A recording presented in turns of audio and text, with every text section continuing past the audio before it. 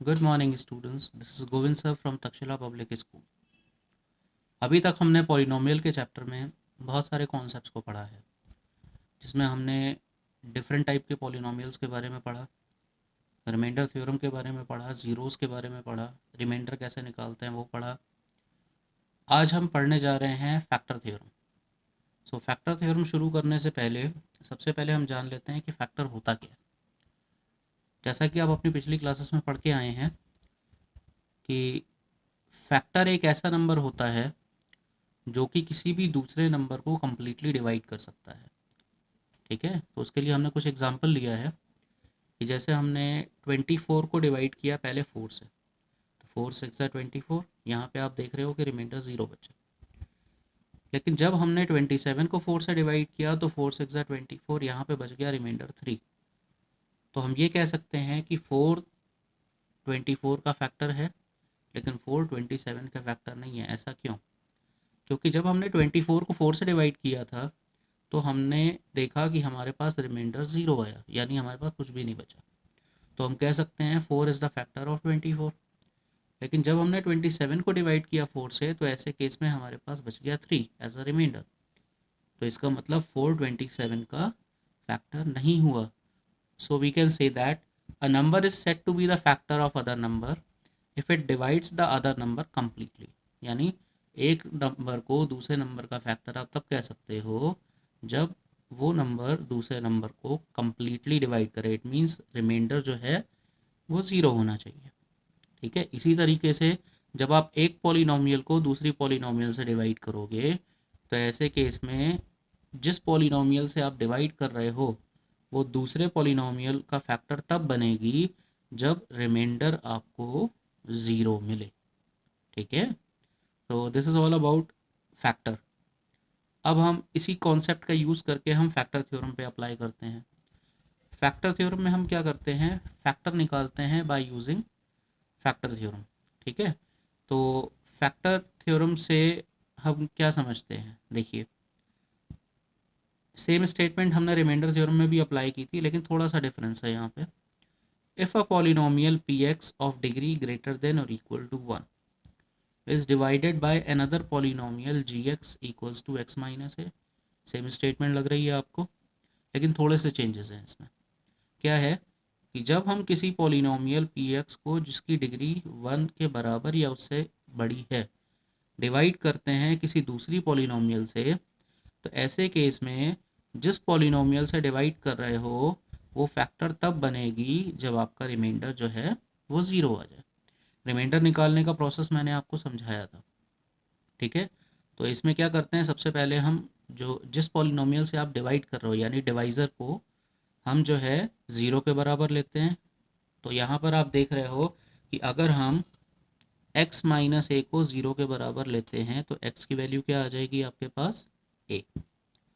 ठीक है, तो आपका जो रिमाइंडर बनेगा वो बनेगा पी ए। तो पी ए की वैल्यू अगर ज़ीरो आ जाती है तो ऐसे केस में हम कह सकते हैं ये जो x माइनस ए है वो पी एक्स का फैक्टर होगा। ठीक है, इसी को हम फैक्टर थ्योरम कहते हैं। तो फैक्टर थ्योरम के थ्रू हम एक पॉलिनोमियल को दूसरी पॉलिनोमियल का फैक्टर तब प्रूफ कर पाएंगे जब हम उस पॉलिनोमियल में वैल्यू पुट करने के बाद जो रिमाइंडर निकल के आएगा वो ज़ीरो प्रूफ कर पाएंगे। ठीक है, तो अब करेंगे कैसे, देखिए। तो उसके लिए हमने एक एग्जांपल लिया है। हमने एक पॉलिनोमियल लिया है P X that is equal to X cube plus 3x² plus 3x plus 1, और इसको हम डिवाइड कर रहे हैं एक दूसरी पॉलिनोमियल से that is G X equals to X plus 1। So पूरी प्रोसेस वही जो हम रिमाइंडर थ्योरम में अप्लाई करते थे। तो सबसे पहले हम क्या करेंगे, जी एक्स को ज़ीरो के बराबर ले लेंगे क्योंकि हम ज़ीरोज़ निकाल रहे हैं। ठीक है, so x plus 1 equals to zero, x की वैल्यू आ गई -1।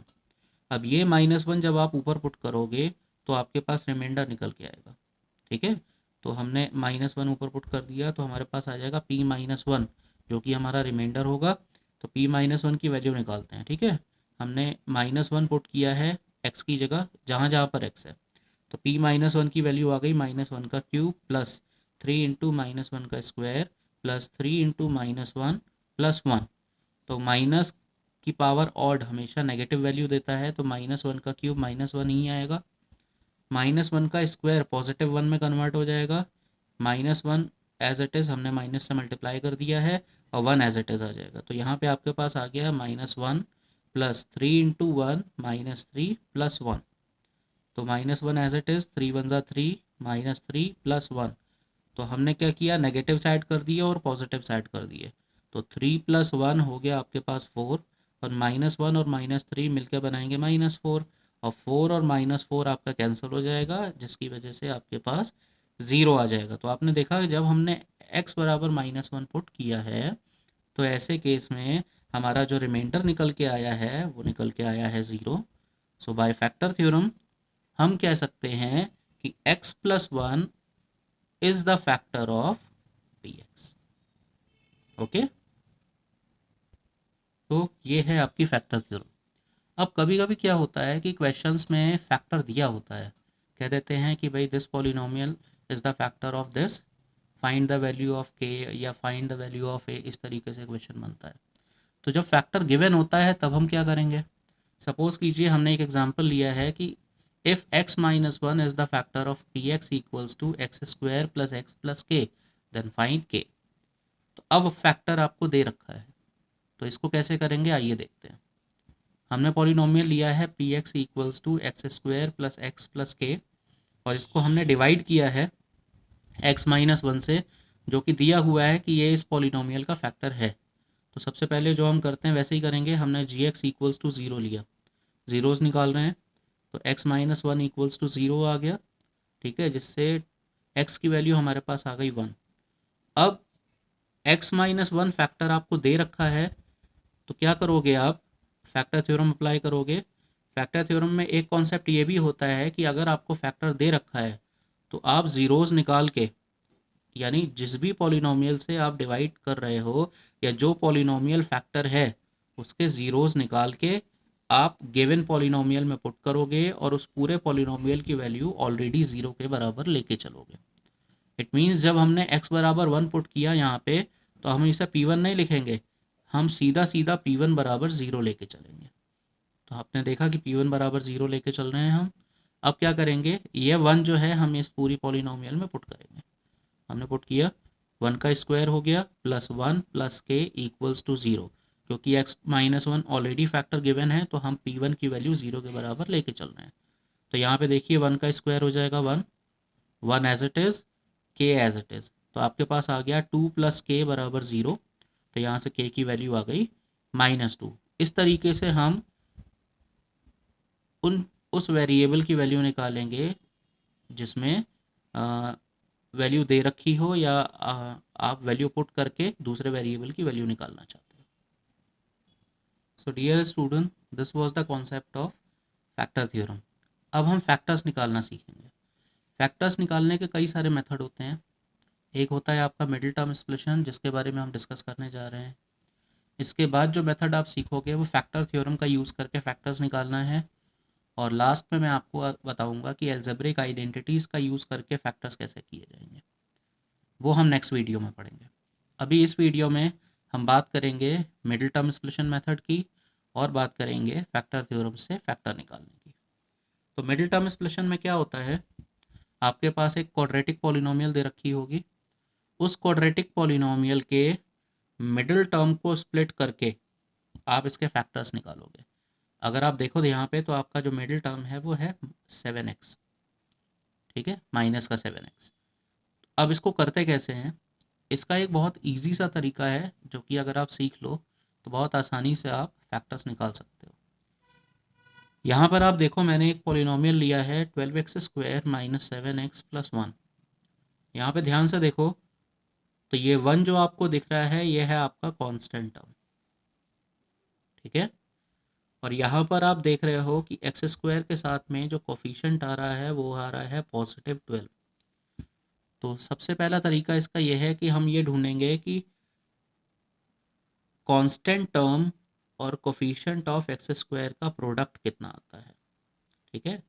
इन दोनों का प्रोडक्ट निकालेंगे, ठीक है। तो अगर आप ध्यान से देखो, तो यहाँ पे है 1, यहाँ पर है 12, तो इसका जो प्रोडक्ट निकल के आएगा तो 1 12 +12 निकल के आएगा, ठीक है। पहले हमने प्रोडक्ट निकाला, उसके बाद हम टेस्ट करेंगे कि ये क्या है। प्लस का है या माइनस का है। तो आपने ध्यान से देखा कि ये पॉजिटिव है, ठीक है। अब क्या करेंगे, अब हम इस 12 के फैक्टर करेंगे, यानी प्रोडक्ट के फैक्टर करेंगे। हमने फैक्टर किए प्राइम फैक्टराइजेशन मेथड से, तो हमारे पास आ गया 2 6 12, फिर 2 से डिवाइड किया तो 3 आ गया, 3 से डिवाइड किया 1 आ गया। तो हमारे पास जो प्राइम फैक्टर्स निकल के आए हैं वो है 2, 2 और 3। आपके पास 3 नंबर्स निकल के आए हैं, 3 फैक्टर्स 2, 2 एंड 3, ठीक है। अब हम क्या करेंगे, हमारा जो प्रोडक्ट आया है वो आया है पॉजिटिव। तो जब आपका प्रोडक्ट पॉजिटिव आएगा तो इन 3 फैक्टर्स का यूज़ करके आप कोई से भी 2 नंबर बनाओगे जिनको ऐड करने पे आपका मिडिल टर्म बन जाए।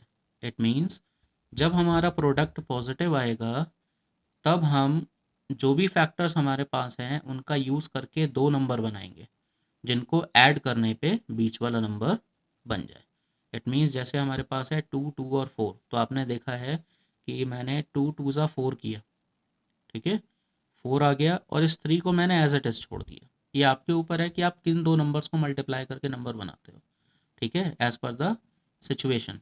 तो यहाँ पर सिचुएशन हमारी ये कहती है कि हमको ऐड करके 7 लाना है। तो मैंने क्या किया, मैंने 2 और 2 को मल्टीप्लाई करके 4 बना लिया ताकि मैं 4 और 3 को ऐड करके 7 बना लूँ। तो हमारे पास 2 नंबर्स मिल गया हमको, एक मिला 4, दूसरा मिला 3। अब हम मिडिल टर्म को स्प्लिट कर देंगे, ठीक है। तो हमने क्या किया, 12x² माइनस, देखिए 7 को हमने ब्रेक कर लिया 4 + 3 में, ऑफ x + 1। अब हम इसको ओपन कर देंगे ब्रैकेट को, तो हमारे पास आ जाएगा 12x² minus 4x minus 3x + 1। अब हम इसमें से कॉमन लेंगे, 12x² और 4x में से हमारे पास कॉमन आ रहा है 4x।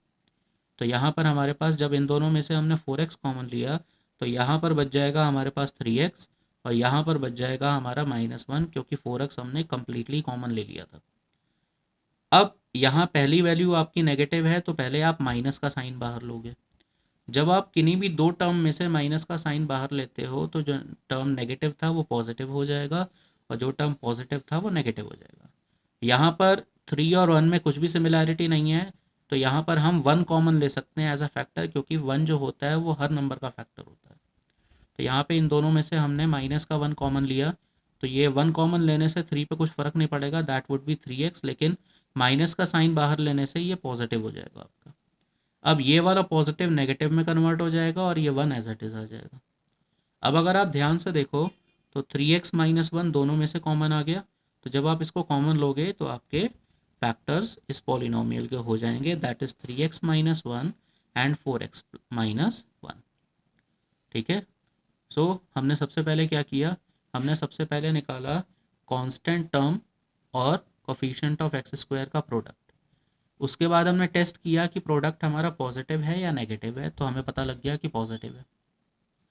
पॉजिटिव आ गया, अब हमने 12 के फैक्टर कर लिए। 12 के कैसे फैक्टर किए, प्राइम फैक्टराइजेशन मेथड से। तो हमने डिवाइड कर लिया और हमारे पास फैक्टर्स आ गए 2, 2 एंड 3। तो हमारे पास ये 3 नंबर आ गए एज अ फैक्टर। अब हमने ये टेस्ट कर लिया था कि हमारा जो प्रोडक्ट आया था वो पॉजिटिव आया था। तो अब इन 3 फैक्टर्स का यूज़ करके आप 2 नंबर बनाओगे जिनको ऐड करने पे 7 आ जाए, क्योंकि जब हमारा प्रोडक्ट पॉजिटिव आता है तो हमें ऐड करना होता है, ठीक है। तो हमने 7 बनाना है 2, 2 और 3 का यूज़ करके। तो हमने पहले 2 की मल्टीप्लाई कर दिया दूसरे 2 से, तो हमारे पास आ गया 4, और 3 को हमने एज इट इज़ छोड़ दिया ताकि 4 और 3 7 मिल सके। अब हमने 7 को ब्रेक कर लिया है 4 और 3 में, ठीक है, और उसके बाद हमने इसको कॉमन लेके पूरा फैक्टराइजेशन कंप्लीट कर लिया। एक और एग्जांपल लिया है हमने, ठीक है। अब हमारे पास है दूसरा example, that is 6x² + 5x - 6। अब फिर से सेम प्रोसेस अप्लाई करेंगे, हम -6 की मल्टीप्लाई 6 से करेंगे। तो जब -6 की मल्टीप्लाई 6 से करोगे तो प्लस माइनस हो जाएगा माइनस, और 6 6 हो गया 36। तो आप देख रहे हैं कि आपका जो प्रोडक्ट निकल के आया है अब आया है नेगेटिव, ठीक है। तो अब हम 36 के फैक्टर्स करेंगे। जब हमने 36 के फैक्टर्स किए तो हमारे पास 4 फैक्टर बने, 2, 2, 3 और 3। अब इन 4 फैक्टर्स का यूज़ करके हमको 2 नंबर बनाने हैं जिनको सब्ट्रैक्ट करने पे हमारा 5 आ जाए, जो कि हमारा मिडिल टर्म है, ठीक है। तो अगर आप ध्यान से देखो तो मैंने 2 और 2 की मल्टीप्लाई कर ली है, 2 2 ज़ा 4 हो गया, और मैंने 3 और 3 की मल्टीप्लाई कर लिया, 3 3 ज़ा 9 आ गया। आप इसको आगे पीछे भी करके मल्टीप्लाई कर सकते थे, लेकिन जो हमारे क्वेश्चन की रिक्वायरमेंट है कि हमको 5 बनाना है, तो ऐसे केस में हमने इन्हीं दो नंबर्स को सूटेबल समझा। तो 2 की मल्टीप्लाई 2 से किया तो 4 आ गया, 3 की मल्टीप्लाई 3 से किया तो 9 आ गया, क्योंकि आपको पता है कि 9 में से जब हम 4 को सब्ट्रैक्ट करेंगे तो हमारे पास 5 आ जाएगा। तो यानी काफ़ी हद तक आपका जो एडिशन या सब्ट्रैक्शन डिपेंड करता है आपके प्रोडक्ट के साइन पर। अगर पॉजिटिव है तो 2 नंबर लेके ऐड करेंगे, अगर नेगेटिव है तो 2 नंबर बना के सब्ट्रैक्ट करेंगे। तो यहाँ पर हमको सब्ट्रैक्ट करना है, तो हमने 5 को ब्रेक कर लिया है 9 माइनस 4 में। ठीक है, अब हम इसको ओपन कर रहे हैं, तो यहाँ पे ओपन करने के बाद हमारे पास आ गया 6x² plus 9x plus minus minus 4x minus 6। अब इन दोनों में से हमने कॉमन लिया है, 6 और 9 में से हमारे पास 3 कॉमन आएगा, x² और x में से हमारे पास x कॉमन आएगा, तो इन दोनों टर्म्स में से हमारे पास 3x कॉमन आ गया। जब हमने 3x कॉमन लिया तो अंदर रह जाएगा आपके पास 2x, और ये 9x कन्वर्ट हो जाएगा 3 में, तो हमारे पास आ जाएगा 3x कॉमन लेने के बाद 2x प्लस 3।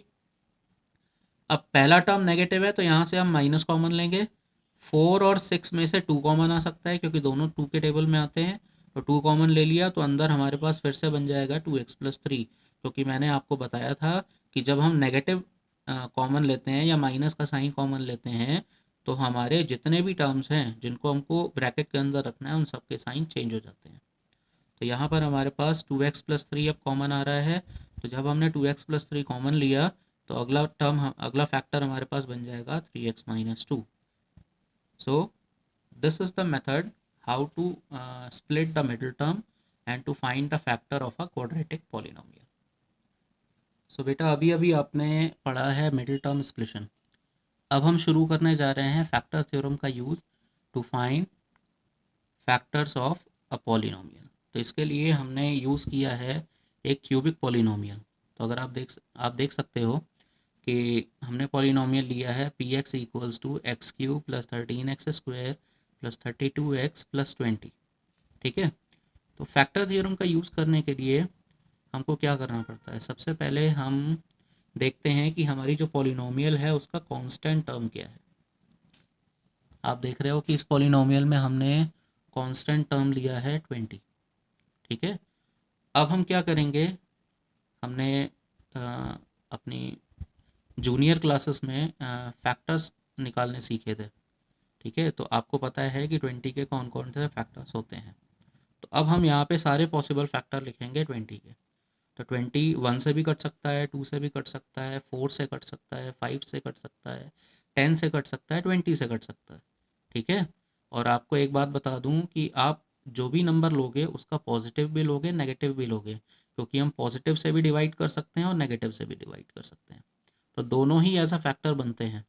ठीक है, तो पहला फैक्टर हमारा बनेगा +1, तो उसी के साथ में दूसरा बनेगा -1, फिर +2 -2, +4 -4, +5 -5, +10 -10, +20 -20। ठीक है, अब ये आपको पॉसिबल फैक्टर्स मिल गए हैं 20 के। ठीक है, अब इनमें से हम वैल्यू पुट करना शुरू करेंगे। +1 रख सकते हो, अगर +1 से नहीं हो रहा है तो -1 रख सकते हो, उससे नहीं हो रहा है फिर अगले टर्म पे जा सकते हो। ये आपको मेंटली कैलकुलेट करने पड़ेंगे या रफली कैलकुलेट कर सकते हो आप। एक छोटी सी बात मैं बता दूं आपको कि जब आपके सारे टर्म्स पॉजिटिव हों तो आप पॉजिटिव वैल्यू मत लीजिएगा, आप नेगेटिव वैल्यू से शुरू करिए। ठीक है, तो यहाँ पर सबसे पहले मैंने पुट किया है -1। ऐसा क्यों कर रहे हैं, क्योंकि हमको क्या करना है, इनमें से कोई एक वैल्यू इसमें पुट करनी है और इस पॉलिनोमियल की वैल्यू 0 बनानी है ताकि हमें हमारा पहला फैक्टर मिल सके। ठीक है, तो अब इसमें हम क्या करेंगे, हम रिमाइंडर थ्योरम के कॉन्सेप्ट को यूज़ करेंगे। हम इनमें से क्या करेंगे, कोई भी एक वैल्यू रख रहे हैं, जैसे मैंने -1 रखा क्योंकि ये सारे के सारे साइन जो थे वो पॉजिटिव थे, तो इसलिए पहली वैल्यू मैं नेगेटिव रख रहा हूँ। तो मैंने -1 लिया, तो जब मैंने -1 लिया मैंने इसे मेंटली कैलकुलेट कर लिया था और मुझे पता लग गया था कि यहाँ पे 0 आ जाएगा, तो इसलिए मैंने -1 लिया। तो जब मैंने -1 लिया तो हमारे पास आया p-1।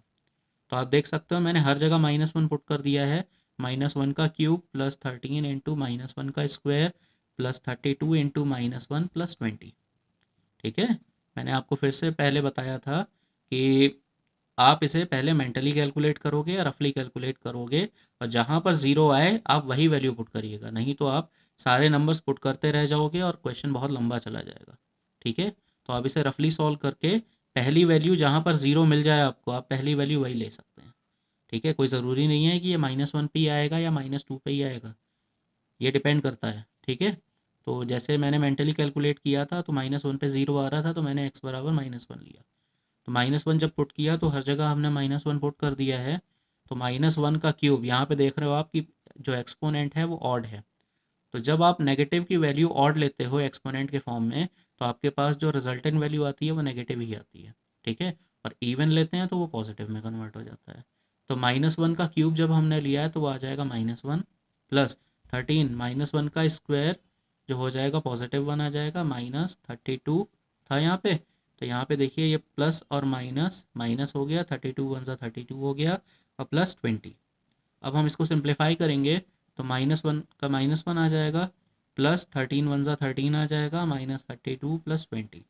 ठीक है, तो हमने नेगेटिव साइड किए और पॉजिटिव साइड किए, तो हमारे पास आ जाएगा 20 + 13 33, और -32 और -1 मिलके बनाएंगे -33। ठीक है, तो यहाँ पे हमारे पास आ गया 0। तो आप देख रहे हो कि जब हमने -x = -1 पुट किया था तो हमारे पास जो पॉलिनोमियल का रिजल्ट हो गया वो 0 हो गया, यानी जो रिमाइंडर आया हमारे पास वो 0 आ गया। ठीक है, तो जब आपका रिमाइंडर 0 हो जाता है तो आपको पता है कि फैक्टर थ्योरम से हम ये कह सकते हैं कि ये वाला जो वैल्यू है वो एज अ फैक्टर काम करेगी। अब पहला फैक्टर हम कैसे निकालेंगे, आप देख रहे हो कि मैंने x बराबर -1 लिया था। ठीक है, तो आप इसे ऐसे सॉल्व करोगे कि जैसे अगर हमने x बराबर -1 लिया है तो x + 1 बराबर हम 0 लिख सकते हैं। ठीक है, तो जब हम x + 1 बराबर 0 लिख सकते हैं तो हमारा जो पहला फैक्टर बनेगा वो बनेगा x + 1। अगर सपोज करिए यहाँ पे होता है x बराबर 1, तो हमारा पहला फैक्टर बनता है x - 1, यानी साइन चेंज हो जाएगा। ठीक है, तो हमने वैल्यू पुट की है x = -1, तो हमारा जो पहला फैक्टर बनेगा वो बनेगा x + 1। अगर पुट किया होता है x बराबर 1 तो पहला फैक्टर बनता है x - 1। ठीक है, तो बाय फैक्टर थ्योरम हमारा पहला फैक्टर बन जाएगा x + 1।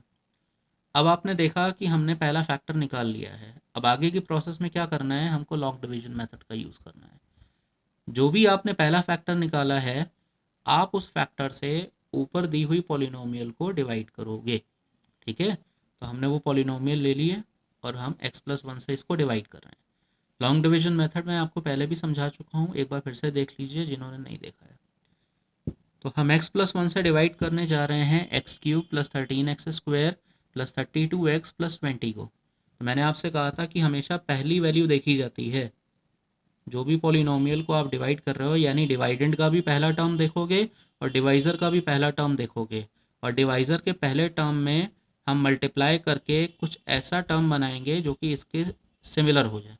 यानी आपको x से सबसे पहले x³ बनाना है, तो x में किससे मल्टीप्लाई करें कि x³ हो जाए, हम करेंगे x² से। ठीक है, अब जब आपको पता लग गया कि आपको x² से मल्टीप्लाई करना है तो आपने यहाँ पे x² लिख दिया, और इस x² की मल्टीप्लाई आप इस पूरे डिवाइज़र से करोगे। ठीक है, तो x² × x हो गया आपका x³ plus plus plus x² one ज़ा x²।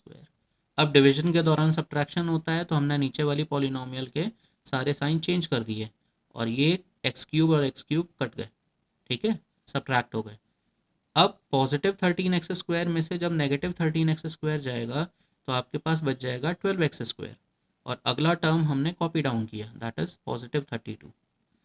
अब आप देख रहे हो कि पहला टर्म आपका यहाँ पर आ गया 12x² और यहाँ पर तो x ही है, तो पहले हम मल्टीप्लाई करेंगे +12 से, क्योंकि यहाँ पर कोफिशिएंट जो है वो 1 है, तो 1 12 ज़ा 12 होगा। ठीक है, तो x में किससे मल्टीप्लाई करें कि 12x² आ जाए, दैट इज 12x। अब इस 12x की मल्टीप्लाई हम इस पूरे डिवाइज़र से करेंगे। ठीक है, तो 12x × x हो गया 12x² plus plus plus 12x one ज़ा 12x। फिर से हमने सब्ट्रैक्ट किया तो साइन चेंज हो गए और ये 12x² और 12x² सब्ट्रैक्ट हो गए। अब 32x में से जब हम 12x सब्ट्रैक्ट करेंगे तो हमारे पास आ जाएगा 20x, और अगला 20 हमने कॉपी कर लिया। ठीक है, अब हमारे पास बन गया 20x + 20, और यहाँ पे आप देख रहे हो x + 1। तो फिर से हम पहली वैल्यू ही देखेंगे, x से 20x बनाने के लिए हम क्या करेंगे, पॉजिटिव 20 से मल्टीप्लाई कर देंगे। तो जब 20 से आप मल्टीप्लाई करोगे इसकी, तो आपके पास आ जाएगा 20 into x 20x plus plus plus 21 ज़ा 20, और फिर से आप सब्ट्रैक्ट करोगे तो इन दोनों के साइन चेंज हो जाएंगे और ये दोनों ही कट जाएंगे, यानी कुल मिला के आपका फैक्टर इसको कंप्लीटली डिवाइड कर देगा, ठीक है, और आपके पास रिमाइंडर यहाँ पे 0 आ जाएगा। अब आप देख रहे हो कोशंट के तौर पे आपके पास जो पॉलिनोमियल आई है that is x square plus 12x plus 20। अब हम इसके मिडिल टर्म स्प्लिशन से फैक्टर करेंगे, ठीक है। तो यहाँ पे देखिए कांस्टेंट टर्म क्या है, 20 है, यहाँ कोफिशिएंट ऑफ एक्स स्क्वायर क्या है, 1। तो 20 की मल्टीप्लाई हम 1 से करेंगे तो हमारे पास आ जाएगा 21 ज़ा 20, ठीक है। तो आपके पास आया पॉजिटिव 20, ठीक है। अब 20 के हम फैक्टर्स करेंगे, तो 20 के जब हम फैक्टर्स करेंगे तो हमारे पास आ जाएगा 2 10 ज़ा, देन 2 5 ज़ा, देन 5 1 ज़ा, ठीक है। अब आपके पास जो आया था वो पॉजिटिव 20 आया था, तो पॉजिटिव 20 का मतलब हो गया आपको दो नंबर ढूंढने हैं जिनको ऐड करने पे 12 आ जाए। तो आप देखो 5 2 ज़ा 10 और ये हो गया आपका 2 सेपरेट, तो 10 और 2 को ऐड करोगे तो आपके पास 12 आ जाएगा, और इन सबको मल्टीप्लाई करने पे 20 तो आपके पास आ ही रहा था। हमने क्या किया, 12 और 12 को ब्रेक कर लिया 10 प्लस 2 में।